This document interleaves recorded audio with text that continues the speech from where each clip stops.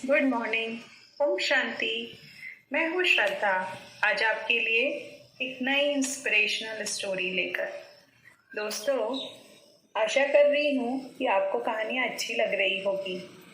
आप मेरी कहानियों को सुन भी रहे होंगे।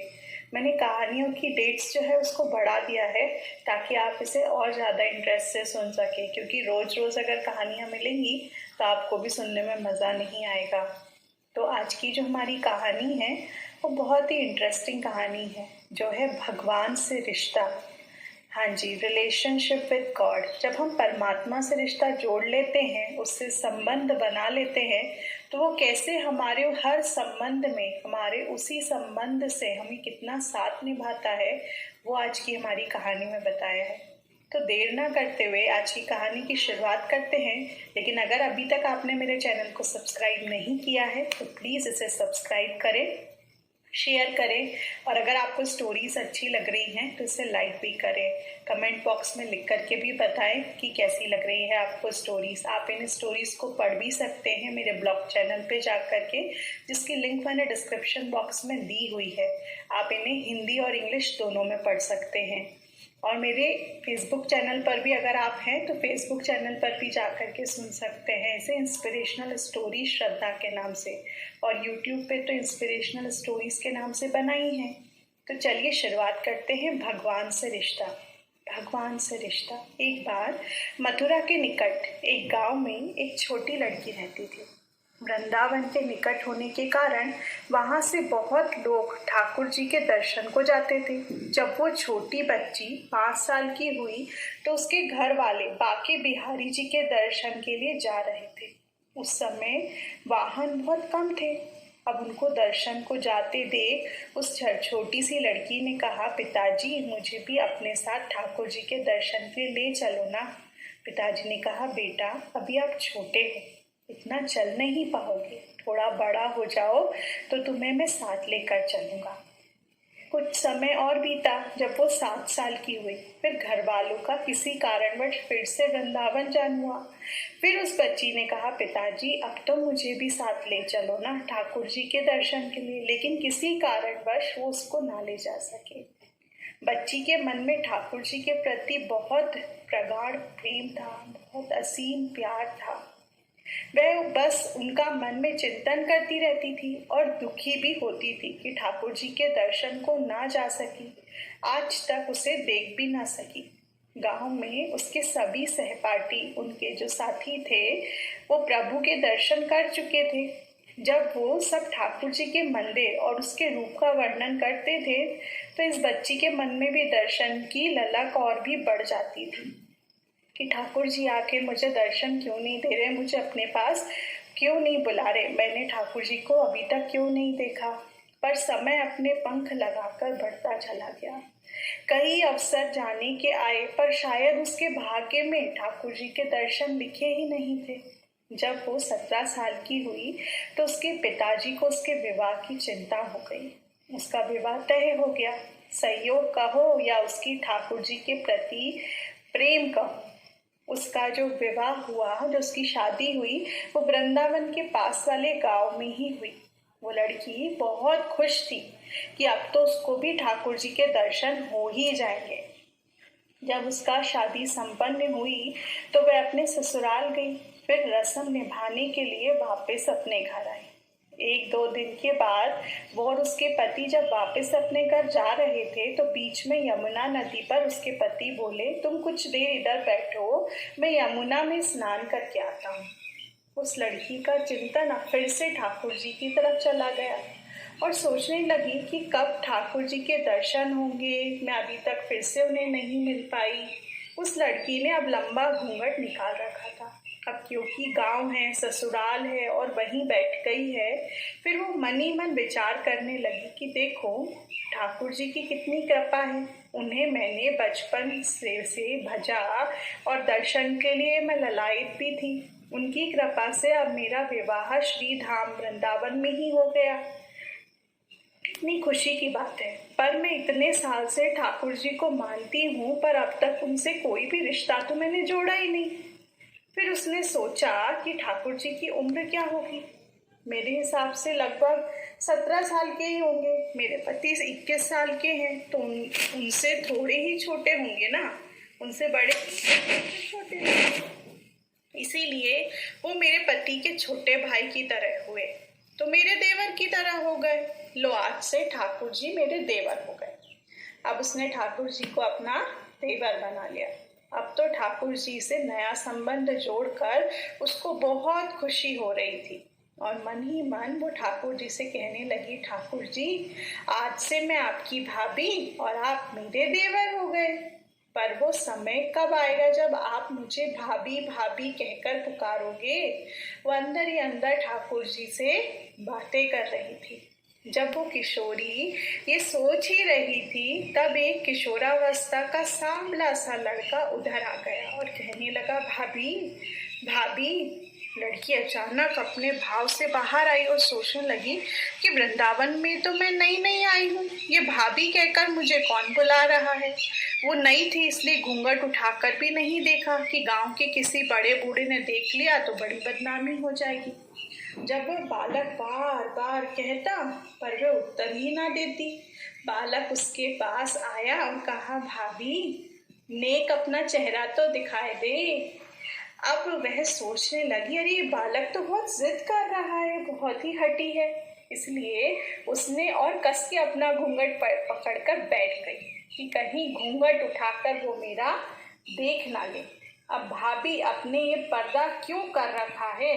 हम तो आपके देवर हैं ना, आप हमसे तो पर्दा ना करो। अब उस लड़की ने उसको एक नजर देखा, फिर कहा, नहीं हम आपको नहीं जानते, और घूंघट वापस ओढ़ लिया। नहीं नहीं, हम आपको जानते हैं। अब ठाकुर जी कहने लगे, हम तो आपको जानते हैं, आप उस गांव के हो ना, बस कुछ ही दूर में हमारा घर है। भाभी अपना चेहरा तो दिखा दो ना। जब कह दिया ना कि आपको नहीं जानते, इनको पता चल गया तो बहुत मार पड़ेगी आपको। भाभी आप तो नाराज हो रही हो। देखिए ठाकुर जी, जब संबंध बन गया है तो वो संबंध को किस रीति से निभा रहे हैं और कैसे हट कर रहे हैं। इतने प्यारे, देखो हम आपके कितने प्यारे देवर हैं, आपसे मिलने के लिए इतनी दूर से आ गए, और आप हो कि बात भी नहीं कर रहे हो। क्यों, आप हमसे मिलना नहीं चाहते थे क्या? ठाकुर जी कैसे अपने भक्तों की मजे ले रहे हैं। और इतना कहते उस लड़के ने घूंघट खींच लिया और चेहरा देखा और भाग गया। अब थोड़ी देर में उसका पति भी वहां पर आ गया। उसने अपने पति को सारी बात बता दी। पति बोला, चिंता मत करो, वृंदावन बहुत बड़ा थोड़े ही है, कभी भी किसी गली में लड़का मिला तो हड्डी पसली एक कर दूंगा, तुम बस मुझे बता देना। फिर कभी भी ऐसे नहीं कर सकेगा, तुम्हें जब भी और जहां भी दिखे मुझे जरूर बताना। तो उसकी जो पत्नी रहती है वो कहती ठीक है। तो दोनों घर चले। कुछ देर बाद उसकी सासू माँ ने अपने बेटे से कहा, बेटा देख, तेरा नई नई शादी हो गई है, अब बहू मायके से भी आ गई है, पर तुम दोनों अभी तक बांके बिहारी के दर्शन के लिए नहीं गए। कल तुम जाकर बहू को ठाकुर जी के दर्शन करा कर ले आना। अगले दिन दोनों पति और पत्नी ठाकुर जी के दर्शन के लिए मंदिर जाते हैं, पर मंदिर में बहुत भीड़ होती है। लड़का कहने लगा, देखो तुम स्त्रियों के आगे आगे जाकर दर्शन करो, मैं आता हूँ। जब वो आगे गई पर घूंघट नहीं उठाती है, उसको डर लगता है कि कोई बड़ा बूढ़ा देखेगा तो कहेगा कि नई नवेली दुल्हन है और घूंघट के बिना ही घूम रही है। अब बहुत देर हो जाती है तो पीछे से पति आकर कहता है, अरे बाबली, ठाकुर जी सामने हैं, घूंघट काहे ना खोले? घूंघट नाए खोलेगी तो प्रभु जी के दर्शन कैसे करेगी? अब उसने अपना घूंघट उठाया। अब जैसे ही घूंघट उठा, जो बांके बिहारी की ओर देखा तो बांके बिहारी जी की जगह वो उसको बालक मुस्कुराता हुआ दिखा। तो वो चिल्लाने लगी, सुनिए ओ जी सुनिए, जल्दी आओ जल्दी आओ। अब पति जल्दी में भागा आया, बोला क्या हुआ?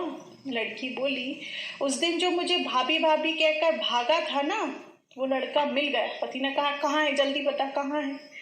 अभी उसे देखता हूँ, बता तो जरा उसने ठाकुर जी की ओर इशारा करके बोला, ये रहा, आपके सामने ही तो है। उसके पति ने जब देखा तो वो अवाक रह गया और वही मंदिर में ही अपनी पति के चरणों में, अपनी पत्नी के चरणों में गिर पड़ा और बोला, तुम बहुत ही धन्य हो।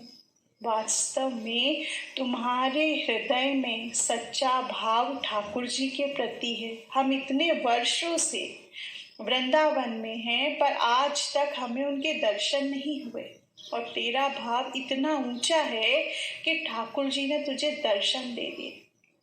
ठाकुर जी से सच्ची प्रेम से जो भी रिश्ता करो तो ठाकुर जी उसे ज़रूर निभाते हैं। दोस्तों, कहानी सिर्फ ठाकुर जी से रिलेटेड नहीं है, ये कहानी है हम सभी के लिए कि हम जिसे भी मानते हैं, चाहे आप साईं बाबा को मानिए, चाहे आप शिव जी को मानिए, चाहे अल्लाह को मानिए, चाहे जीसस क्राइस्ट को मानिए, लेकिन अगर आपने आपके परमात्मा से, उस गॉड फादर से, उस अल्लाह से संबंध जोड़ा है तो वो 100% आपसे वो संबंध निभाएगा, आपको साथ देगा। आज ये कान्हा जी के, ठाकुर जी के इसीलिए आती हैं क्योंकि उनका जो रूप है वो बाल अवस्था का, बचपन की अवस्था का दिखाया है, लेकिन बाकी सब जितने भी हम देवी देवताओं को मानते हैं उनका बड़े का, यौन अवस्था का, वृद्धावस्था का ही चित्र दिखाए हुए हैं। लेकिन जो कृष्ण है उनका ही बाल गोपाल का रूप दिखाया हुआ है। इसीलिए ही जितनी भी हट हैं, हट वाली चीज़ें हैं, तो हम उनको बच्चे के रूप में स्वीकार करके, बेटे के रूप में मान के, भाई के रूप में मान के, सखा के रूप में मान के उनके साथ स्वीकार कर लेते हैं। और दुनिया में इसीलिए ये जो ठाकुर जी है वो बहुत ज़्यादा फेमस भी हैं। अधिकतर लोग इसीलिए उन्हें अपना बच्चा, कहीं अपना दोस्त बनाना पसंद करते हैं। लेकिन ये आप सोचिए कि आप जिसे भी मान रहे हैं, अगर आप सच्चे दिल से उनके साथ अपना रिश्ता जोड़ रहे हैं तो वो रिश्ता, अगर आप परमात्मा से जोड़ रहे हैं तो वो ज़रूर से आपका साथ निभाएगा। बस ज़रूरत है आपका रिश्ता जोड़ने की, क्योंकि कमी हमारी तरफ से रहती है। आपने देखा कि जैसे इस कहानी में वो लड़की की उम्र 17 साल की हो गई, वो ठाकुर जी से मिलना तो चाहती थी, उनके दर्शन तो करना चाहती थी, उसकी छवि नहीं थी आंखों में, ना उसने कोई रिश्ता बनाया था, लेकिन अंदर से प्यार बहुत था कि मुझे ठाकुर जी से मिलना है। उसका प्यार बहुत गहरा था, सगा था, लेकिन क्योंकि उसने रिश्ता नहीं बनाया था तो वो उस रूप में उनके सामने नहीं आए। जब आप परमात्मा को अपने पिता के रूप में, अपने भाई के रूप में, अपने बच्चे के रूप में, गुरु के रूप में, शिक्षक के रूप में, जिस भी रूप में आपको उसकी ज़रूरत है, उसे आप अपना बना लेते हैं, उससे वो रिश्ता जोड़ लेते हैं, तो वो आपको उसी रूप से आपका साथी बन के आपको मदद करना शुरू कर देता है। बस ज़रूरत है हमारा रिश्ता जोड़ने की। हम अगर एक कदम आगे बढ़ाएंगे तो 1000 गुना मदद वो हमें करेगा ही करेगा। इसीलिए उससे रिश्ता जोड़ के रखिए। और अगर मेरी कोई भी बात आपको इस कहानी में बुरी लगी हो या मैंने किसी धर्म के कुछ विरुद्ध बोला हो तो मुझे माफ़ करिएगा। ओम शांति।